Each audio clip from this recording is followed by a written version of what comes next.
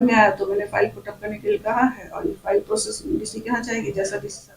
वहीं लोहरदगा की राष्ट्रीय तीरंदाज दीप्ति कुमारी ने राष्ट्रीय स्तर पर कई मेडल जीते और यहां तक कि अंतर्राष्ट्रीय तीरंदाज दीपिका कुमारी का तीरंदाजी से पहला परिचय भी दीप्ति ने ही कराया। लेकिन साल 2006 से लेकर 2012 तक तीरंदाजी की दुनिया में धमाल मचाने वाली दीप्ति धीरे धीरे आर्चरी की दुनिया में गुम होने लगी। दीप्ति का परिवार आर्थिक रूप से बेहद गरीब है। घरेलू जिम्मेदारियों की वजह से दीप्ति आज रांची में चाय की दुकान चलाती है, लेकिन आज भी वे अपने अधूरे ख्वाब को पूरा करना चाहती है।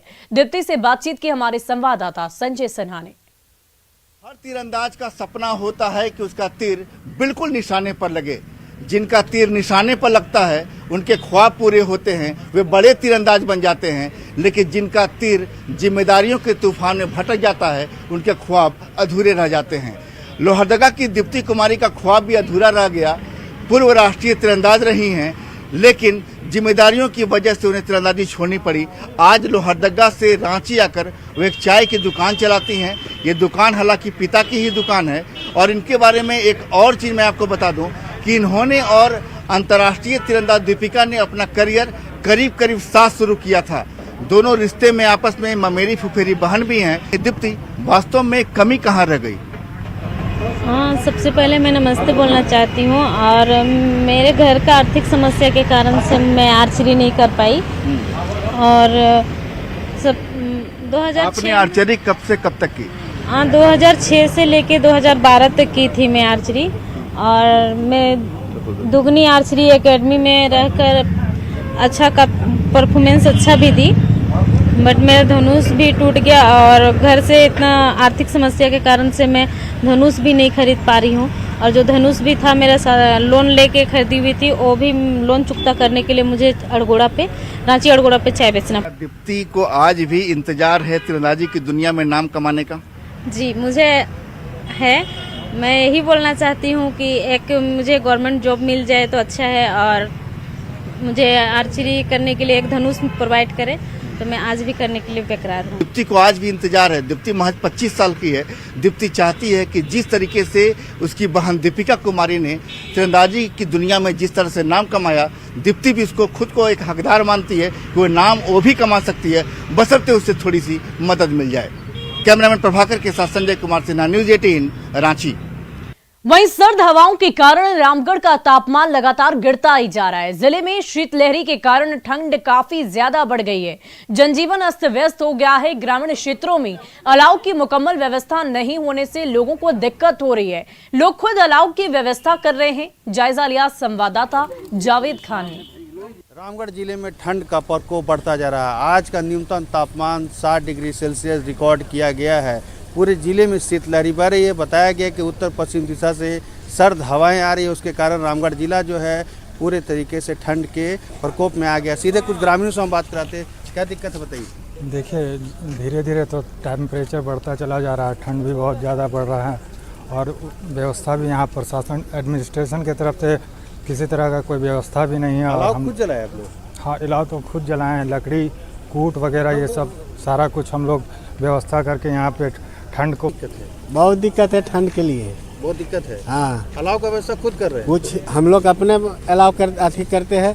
प्रशासन अभी तक कुछ अथी नहीं किया है। गांव ग्रामीण इलाके में जो प्रशासन देख सकते हैं, पहले यहाँ अलाव जला हुआ है, लेकिन गांव के इलाके में, ग्रामीण इलाके में प्रशासन के द्वारा अलाव की व्यवस्था नहीं की गई। हाँ, शहरी इलाकों में कुछ जगहों पर प्रशासन ने अलाव की व्यवस्था जरूर की है। आप कैमरे के माध्यम से देख सकते हैं, यहाँ दुर्गी पंचायत में ग्रामीण जो है यहाँ पर खुद से अलाव की व्यवस्था करके ठंड को भगाने का प्रयास कर रहे हैं।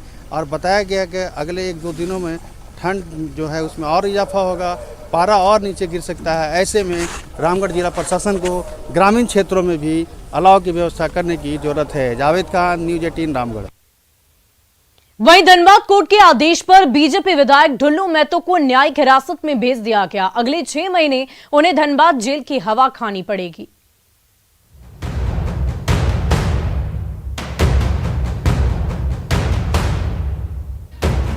झारखंड हाईकोर्ट के ऑर्डर पर बाघमारा के बीजेपी विधायक ढुल्लू महतो समर्थकों के साथ धनबाद कोर्ट पहुंचे और सरेंडर कर दिया।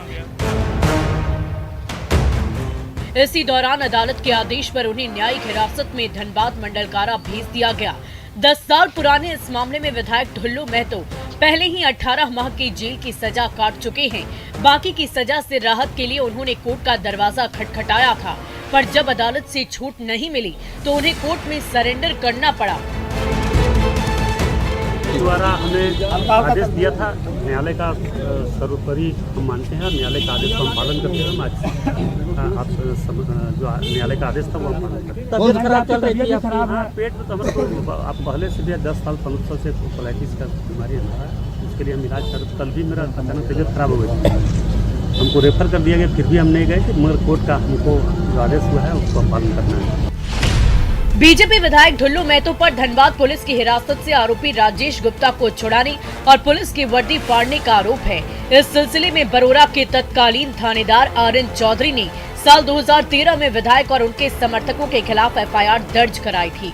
धनबाद की अदालत में इस मामले में ट्रायल चला और विधायक को 2 साल की सजा सुनाई गई। इसमें से 18 माह की सजा वो पहले ही काट चुके हैं। हालांकि विधायक ढुल्लू महतो ने इस मामले में खुद को निर्दोष करार दिया है कि हम उस मामला में कुछ जानते भी नहीं है, हम कहीं है भी नहीं, और आज भी हमारे पर इतना मामला डाला गया है, 4-5 मामला केस, सारा फॉल्स है, सारा झूठ। इसका सीबीआई जांच के लिए भी हमने मांग किया था। 2019 में भी हमने कोर्ट में सीबीआई जांच के लिए मांग किए थे, फिर अभी मांग किए हैं। तो हमें न्यायालय पर पूरा भरोसा है। 10 साल पुराने इस मामले में बीजेपी विधायक ढुल्लू महतो को अगले 6 महीने जेल की सजा काटनी पड़ेगी, क्योंकि झारखंड हाईकोर्ट ने उन्हें किसी भी तरह की राहत देने से इनकार कर दिया है। संजय गुप्ता, न्यूज़ 18, धनबाद। और आइए अब देखते हैं झारखंड 2020।